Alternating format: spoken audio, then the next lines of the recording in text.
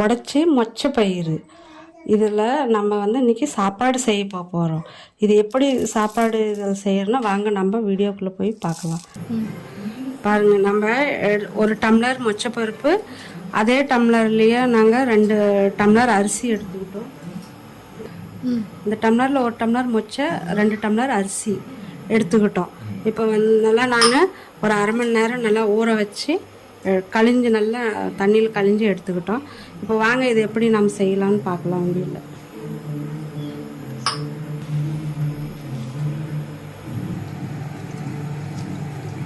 Teaspoon கடலெண்ணெய் ஊற்றிக்கலாம்.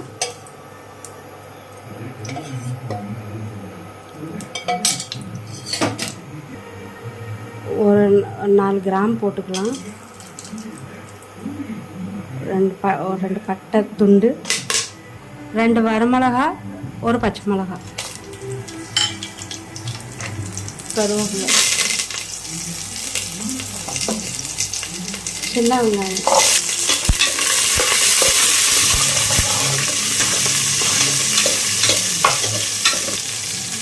இதில் நறுக்கி வச்சு ஒரு துண்டு இஞ்சி போட்டால் தான் கொஞ்சம் நல்லா சுவை கொடுக்கும்.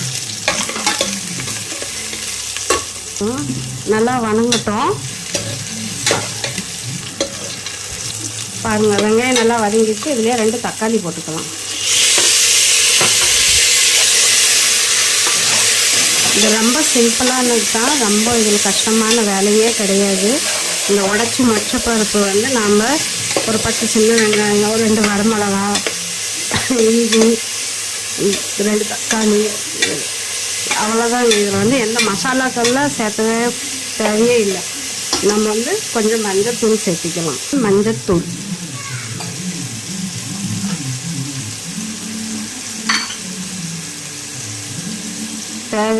தேவையான கல் உப்பு. எனக்கு கையில் போட்டு தான் தைத்தான் தெரியும், இந்த ஸ்பூன்லாம் வராது. கலக்கி விட்டுக்கலாம் நம்ம. அவ்வளோதாங்க. இதில் வந்து அதிகமாக எதுவும் போட வேண்டியதே இல்லை.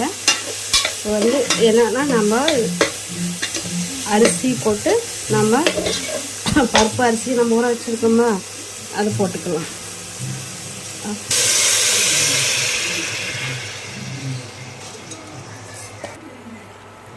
இப்போது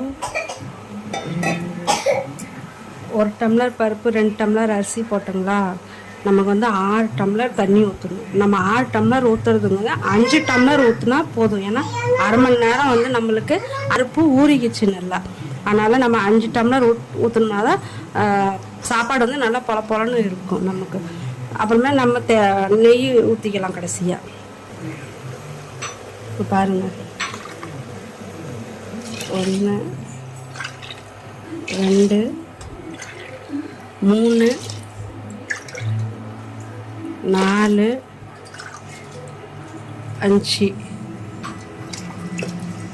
5 டம்ளர் ஊற்றியாச்சுங்க. இல்லை சாப்பாடு உங்களுக்கு குழகாலன்னு பிடிக்கணும்னா நீங்கள் இன்னொரு 1/2 டம்ளர் சேர்த்து ஊற்றிக்கலாம். கொஞ்சம் பொலன்னு இருந்தால் தான் கொஞ்சம் நல்லா இருக்கும். அவ்வளோதாங்க. இதில் வந்து இப்போ நம்ம உப்பு பார்த்துக்கலாம். உப்பு இருக்கா இல்லையா அதை பார்த்துக்கிட்டு நம்ம போட்டுக்கலாம். உப்பு கொஞ்சம் கம்மியாக இருக்குங்க, லேசாக போட்டுக்கலாம்.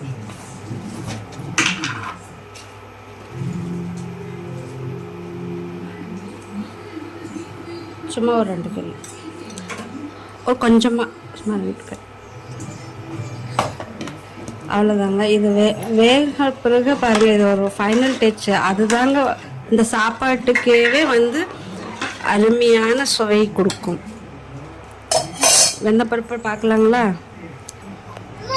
இது நல்லா ஒரு கொதி பிற்பாடு நல்லா கொஞ்சம் பிற்பாடு நம்ம அப்புறமே நம்ம மூடி போடுவோம். அப்புறமே நம்ம வந்து இதில் இன்னொரு இது சேர்த்துணும். நல்லா கொஞ்சம் கொதிச்சு வேட்டி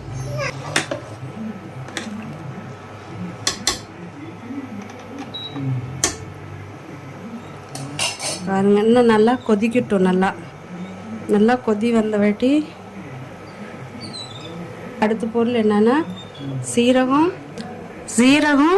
பூண்டு, கருவேப்பிலை, இது 3ம் நாங்கள் வந்து இடித்து வச்சுருக்குறோம். இதுதான் இன்னும் ஒரு 5 நிமிஷம் ஆகட்டும். இது அப்புறமே இதில் போட்டு அப்புறம் அதில் வந்து இன்னும் கொஞ்சம் ஒரு பெருங்காயம் சேர்த்துணும். இதில் இன்னும் 5 நிமிஷம் ஆகட்டும், அப்புறமா இது சேர்த்திக்கலாம்.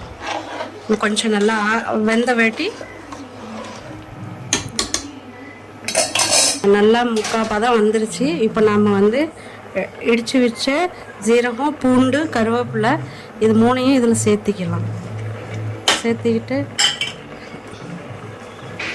கொஞ்சம் பெருங்காயத்தூள் சேர்த்திக்கலாம்.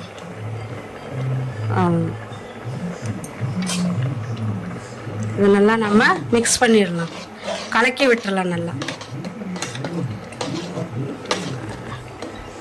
நல்லா கலக்கி விட்டு இதை நாம் மூடி போட்டு ஒரு 2 விசில் விட்டுக்கலாம்.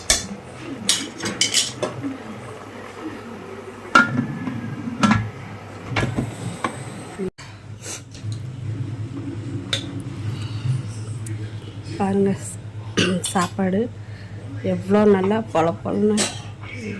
இப்போ இதில் வந்து ஃபைனலாக வந்து 1/2 டீஸ்பூன் மிளகுத்தூள் போட்டுக்கலாம்.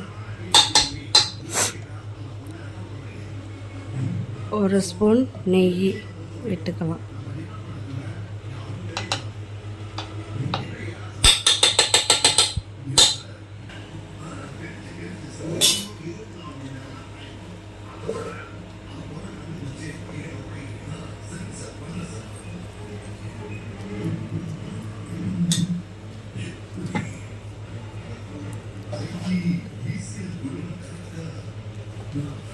பாருங்க எவ்வளோ வாசனையும் அப்படி கமன்னு இருக்குது.